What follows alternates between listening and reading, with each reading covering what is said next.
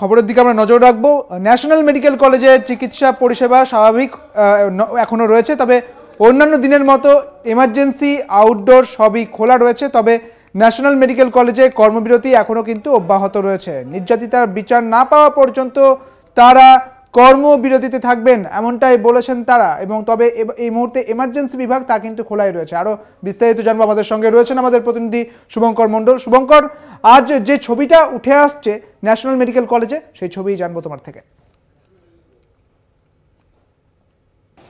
দেখো, তোমায় জানিয়ে রাখি, গত 9ই আগস্ট যে নক্কারজনক ঘটনা আরজিকর হাসপাতালে ঘটে গিয়েছে এবং তার জন্যই মূলত যে নির্যাতিতা তরুণী, তার জন্য বিচার চেয়ে এবং দোষীদের দৃষ্টান্তমূলক শাস্তির দাবিতে যেভাবে আরজিকর হাসপাতালে জুনিয়র ডাক্তারের বা চিকিৎসকেরা অবস্থান শুরু করেছিলেন, সেই অবস্থান এখনও অব্যাহত রয়েছে।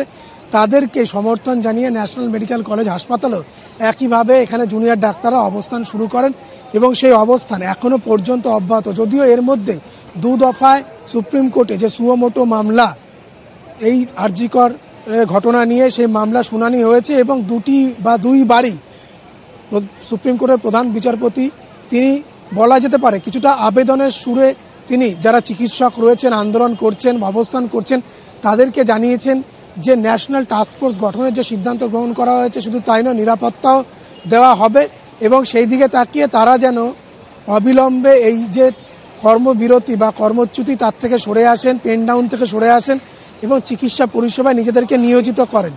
কিন্তু যারা চিকিৎসক, বিশেষ করে যারা জুনিয়র ডাক্তার, তারা জানাচ্ছেন যে এখনও পর্যন্ত কোনো রকমভাবেই কিন্তু এই ন্যাশনাল টাস্কফোর্সের কি কার্য বা বলা যেতে পারে কি পরিকাঠামোগত কি উন্নতি হবে, একই সঙ্গে সঙ্গে নিরাপত্তার দিকটাও আদতেও কতটা সুনিশ্চিত করা যাবে সেই নিয়ে তারা প্রশ্ন যেরকম তুলছেন। তারা জানাচ্ছেন যে অনেক সময় দেখা যাচ্ছে এখনও পর্যন্ত এমার্জেন্সিতে পেশেন্ট পার্টি বা পেশেন্টের সঙ্গে হুড়মুড়িয়া লোকজন ঢুকে যাচ্ছে, সেগুলো আটকানোর প্রচেষ্টাও সেভাবে দেখা যাচ্ছে না। সব মিলিয়ে এখনও নিরাপত্তাহীনতা যথেষ্ট রয়েছে বলে তারা অভিযোগ করছেন এবং যতক্ষণ না পর্যন্ত যে মূল ঘটনা আরজিকর চত্বরে ঘটেছে, মূল ঘটনা যতক্ষণ না পর্যন্ত ওই নির্যাতিতা তরুণী চিকিৎসক বিচার পাচ্ছেন এবং তার সঙ্গে এই নক্কারজনক ঘটানো যে দোষী বা যারা দোষী এর পেছনে রয়েছেন তাদেরকে চিহ্নিতকরণ করে তাদের যতক্ষণ না পর্যন্ত সাজা হচ্ছে, দৃষ্টান্তমূলক শাস্তি হচ্ছে, ততক্ষণ পর্যন্ত কিন্তু তাদের এই যে কর্মবিরতি এমার্জেন্সির সামনে, সেই কর্মবিরতি তারা চালিয়ে যাবেন।